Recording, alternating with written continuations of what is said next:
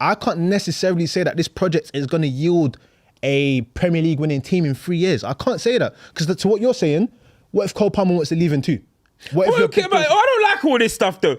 Cole Palmer's not playing well, bro. No. So why is everyone giving him this grace? I'm giving No, but I'm just saying, like, you're not playing well. You stay put. You stay put. All of this, like, oh, but if Cole Palmer leaves, he's not doing anything, bro. He had one outstanding season. He's not doing anything, bro. Like, I like Cole Palmer. Everybody knows I do, but I'm watching him just try and get the GA and you do something. Get on the ball. Bro, we've called him people like Florian Wirtz and these guys, we're calling him flops and stuff. I've seen games where Florian Wirtz hasn't got a goal and assist and has influenced the game. I've seen Bruno do it. You see Cherki against Leeds just yesterday. Yeah. Where's Cole Palmer's versions of that? But every single second we're sitting there and saying, yeah, but if Cole Palmer leaves, if Cole Palmer leaves, oh my God, he might leave.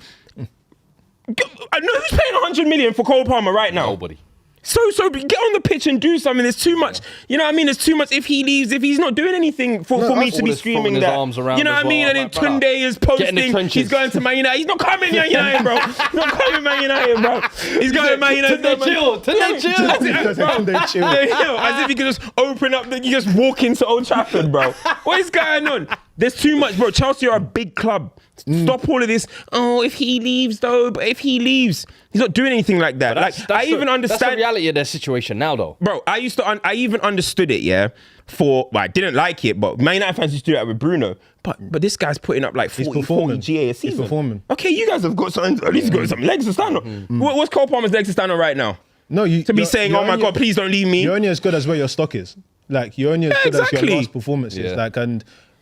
The reason why the Palmer and Bruno equivalence doesn't make sense as well is because Bruno has like a long tenure of seasons of doing it. So Bruno can still be like, but you can reference my work from a few years ago.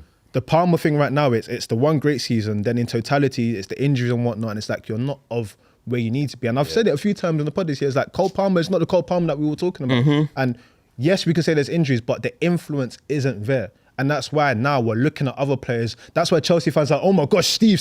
Yeah. You wasn't saying Steve when Cole Palmer was doing what he needs to do. So now for the rest of the season, we need guys to rise. Because at the end of the day... That's simple. That's it. Because at the end of the day... That's the statement. At the end of the day, when it boils down to it, right, they will try and put on Liam's head. From what I've seen of Liam so far, when Chelsea were beating the teams that needed to be beat, no one complained. No one said anything. Everyone was like, oh, the feeling's good. The players are coming out and saying, yeah, he's teaching us stuff. Then pay back the favour he's put into you by showing performances. That's the bottom line. At the end of the day, you get paid to perform. There we go. Go out there and do what needs to be done. And that's where I sit with it, man. Like, it's a dark road. But listen, man, people got to step into the light now. Now we're going to see, said the diamond test is going to come up. Now we're going to see who's changed really well in that team. There we go. There we go. So that's what it boils down to. We've seen players, we've seen Saka, we've seen Foden, we've seen players that have done a lot. You know what I mean? Foden's a player of the year. Look at the way we speak about him. Look at the way the people are speaking about him.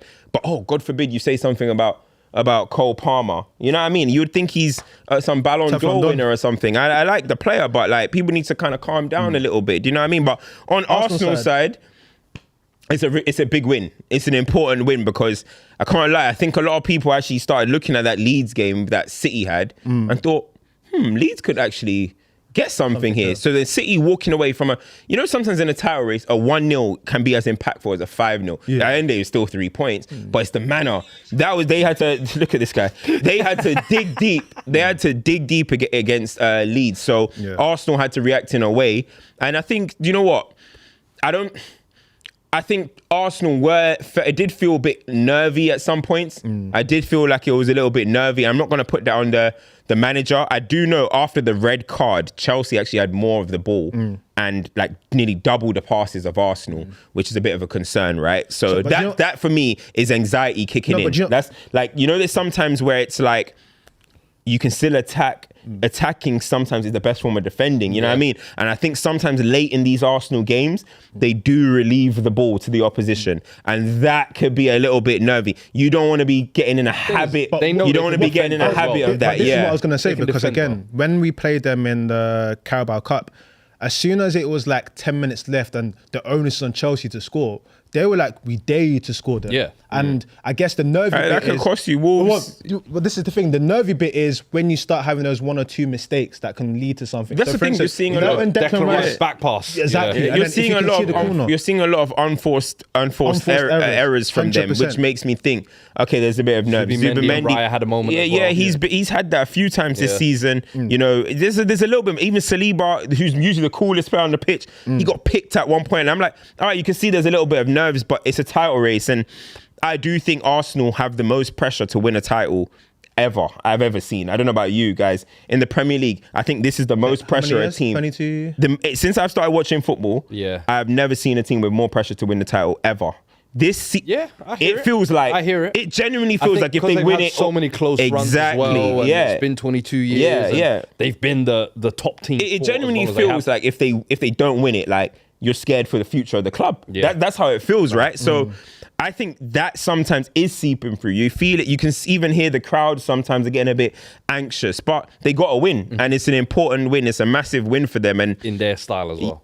bro, Typical style. get them corners in. You know what I mean? And listen, at the end of the day, Timber as well. Fair play, look, man. we're 10 games to go, right? And what do people call as sustainable? I said it before a while ago.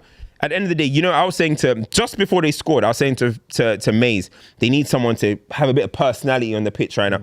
At the end of the day, we just have to accept it that the difference maker is their set piece, is their corners. I mean, it is. That is just a fact. They've scored, what, is that 16 set piece goals in the league? 16 set piece. It's the joint most with Oldham, West Brom, and themselves back in 2023, 2024. There we go. They're monsters, so it's a sustainable factor, and they can do it to every team at any moment. You're thinking about the game potentially. They go to Etihad, bro. You know how key them corners are gonna be if they get some.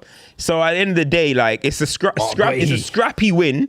Listen, but it's the no Arsenal way, innit? one talks about a scrappy win when come May when you win the trophy. It's time to just get results now. And this is what I was saying. I was like, you have to give it credit because there would have been a time where they didn't have the ability or the persona to do it. And like, yes, they came under pressure, but relatively they did what needs to be done. Their whole focus now is let's keep the margin to 5 points. Let's keep going. Let's try and put as much pressure on City because at the end of the day, like, that's where we want it to be. Yeah, what's gonna be interesting, and I'm not sure if there's any occasion. And guys, you guys can let me know in the chat. Is there gonna be a time where City, say for example, City win their game in hand again now, and they get to 2 points behind? Yeah. Is there a time City play before Arsenal? So Arsenal go into a game potentially 1 point behind Man City. That's when things start making a difference. You know what I mean? You're walking into a game behind City. That's a whole nother conversation. When do City play their game in hand? I actually don't know. Well, Arsenal have just got to 29. They're still on 28. So that'll be interesting to see. The other thing as well is, and they've got a Carabao Cup. that's what I was gonna say. The result of the Carabao and whatever fixtures come after that will be interesting. Also, the Champions League, who plays on what day and then what time they come back in the Premier League, because you know there's always we had a day less and all of this jargon. I think that stuff starts to play like a psychological element. But listen, champions elect, they did what needed to be done. They march forward. You get goals from your defenders. Like, again, everyone's talking about, Gyökeres not scoring this and that, is that. Listen, when your defenders can pop up with goals, like, just get to the finish line. I see people in the chat saying that Liverpool for 30 years is more pressure. I don't think it was, because I don't think anyone expected. No, from 17-18 when Klopp like started really putting his hand on things, Liverpool got Champions League final, lost to Madrid. 18-19 they got 97 points. Right, what can you do? Right, 19-20. They were like 30 points clear by COVID. Yeah. So there's no real pressure there. They got it done. I don't think this there was, one. This is a title race. This is close. It just feels like the pressure to win this title is so. And it's not something I'm saying is I feel sorry for them.